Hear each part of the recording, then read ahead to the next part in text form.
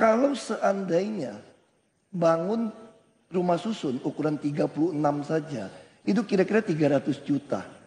Kalau tanpa DP saja, tanpa bunga saja, diangsur oleh rakyat Jakarta, warga DKI, 30 tahun itu harus mengeluarkan 833.000 per bulan.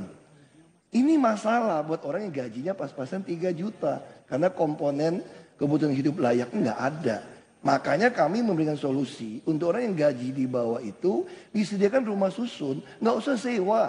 Hanya bayar 5.000 sampai 10.000 per hari sebagai iuran gotong royong.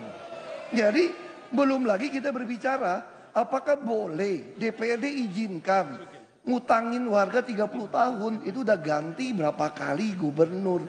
Belum lagi perbankan maksimal hanya kasih 15 tahun. Kalau dibilang subsidi pun, subsidinya mau subsidi di mana?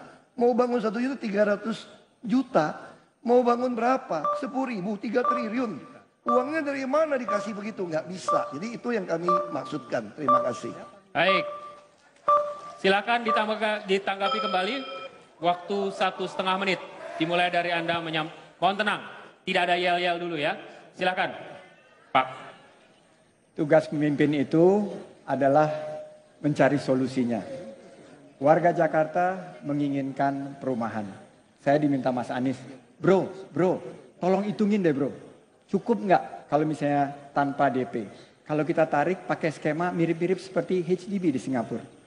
Saya ini kebetulan backgroundnya keuangan. Saya memiliki pengalaman.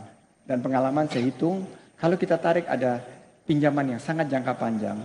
Dan jumlah dan berikan sebuah kesempatan bagi warga Jakarta untuk memiliki mimpinya, yaitu rumah yang selama ini mereka idam-idamkan. Banyak sudah dijalankan skema-skema ini di negara lain. Bagaimana skema perbankan bekerja sama dengan skema pembiayaan yang betul-betul jangka panjang. Saya membangun infrastruktur, kita panjangin pembiayaannya. Dan pembiayaan kalau panjang itu kita bisa turunkan down payment. Karena sekarang warga Jakarta sudah saatnya bisa menikmati mimpi mereka. Mimpi bahwa selama ini mimpi mereka hanya memiliki kendaraan bermotor. Sekarang bisa naik kelas. Mereka bisa memiliki rumah sendiri. Itu yang mereka selama ini harapkan. Saya punya hitung-hitungannya, kita punya pengalamannya. Kita akan hadirkan warga Jakarta kesempatan untuk memiliki rumah sendiri. Di situ adalah kunci kesuksesan seorang pemimpin memberikan solusi untuk warga Jakarta. Baik. Terima kasih pasangan nomor urut 2 yang sudah bertanya dan ditanggapi oleh pasangan nomor 3. Kok masih ada yel-yel? Katanya sepakat tidak ada yel-yel tadi. Mohon tenang. Kita lanjutkan. Sekarang giliran pasangan calon nomor urut 3 bertanya kepada pasangan calon nomor urut 1. Kami silakan waktu Anda untuk bertanya Pak. 1 menit. 3 ya, tanya. Ke 1. Ya.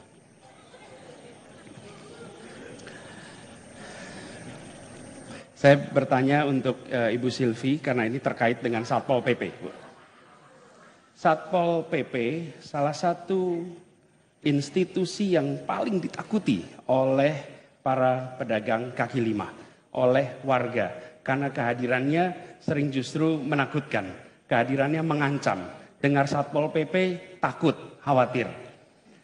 Ibu Sylvie sebagai salah satu sebagai orang yang pernah berpengalaman memimpin, bila kami gubernur, apa nasihat Ibu pada kami untuk memimpin mengelola Satpol PP? Terima kasih, silakan.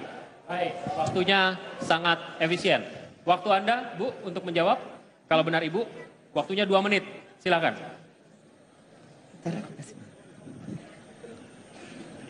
Pak Anies, pas betul Pak Anies menyampaikan bahwa saya memang pernah menjadi PLT Kepala Satpol PP. Pada saat itu Pak Joko Widodo yang mengangkat saya sebagai PLT. Jadi memang Satpol PP ini bisa kok dikelola secara humanis. Sebagai bukti bahwa ketika PKL ini mestinya digusur, tapi saya mengatakan jangan digusur, ini ditata. Saya punya contoh konkret, bisa lihat di Jalan Sabang, itu ada yang namanya Kampung 5. Itu terbaik PKL dengan food security-nya yang higienis itu se-Asia tahun 2010. Kemudian kalau kita jalan-jalan ke Menteng loh, itu di Jalan Sidoarjo, itu berantakannya, kemudian kita kelola. Sampai sekarang rata-rata kalau pulang dari debat kampanye langsung makan-makan di sana, sangat higienis. Jadi kata kuncinya adalah bagaimana kita memimpin itu dengan hati. Dan saya yakin betul pada saat kita memimpin dengan hati dan kita tahu, kita ikuti programnya, tapi tetap ada ketegasan. Dan saya bersyukur saya mendampingi seorang gubernur yang luar biasa, Mas Agus, ahli soal keamanan. Saya minta Mas Agus untuk menjawab bagaimana strategi mengatasi keamanan dengan Satpol PP-nya. Silakan Mas.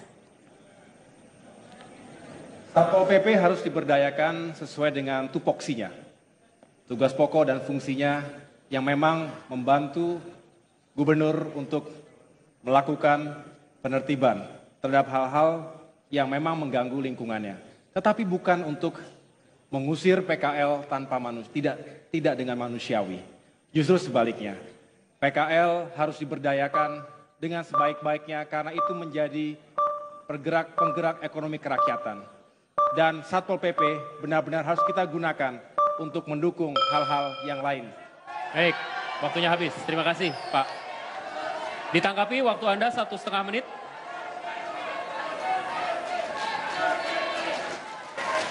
Kami silakan. Mohon tenang. Mohon tenang. Silakan. Terima kasih Bu Silvi. Kami berjalan di 267 kelurahan dan memang kami melihat seperti cerita Bu Cecep. Bu Cecep ini adalah pengusaha bahan bangunan di Berlan. Dia khawatir sekali bahwa lahan usahanya itu tidak berkelanjutan karena setiap kali, kerap kali Satpol PP hadir. Nah, kami melihat bahwa betul kita harus memimpin dengan hati. Tapi yang kita ingin sampaikan adalah sebuah program pemberdayaan. Bagaimana kisah-kisah seperti Ibu Cecep, kisah-kisah seperti Ibu Awi yang berjualan bir peletok, yang nanti akan menghiasi pariwisata syariah malam kita, itu bisa kita berdayakan. Kita punya program OKOC. OKOC itu adalah kredit khusus untuk perempuan. OKOC bisa mengangkat pemberdayaan dari perempuan. Bagaimana skill, jejaring, dan akhirnya permodalan itu kita bisa hadirkan untuk mereka. Kesejahteraan adalah salah satu yang diinginkan oleh para pedagang kaki lima. Sementara kita juga tahu mereka ini ingin juga tertib. Mereka ingin ikut kok program pemerintah. Tapi mereka ingin diberikan lokasi binaan. Sebuah pemberdayaan yang memberikan mereka akses terhadap lahan usaha, akses terhadap pemberdayaan, dan juga akses terhadap permodalan. Kami akan hadirkan itu 5 tahun ke depan. Baik, terima kasih. Sekali lagi saya ingatkan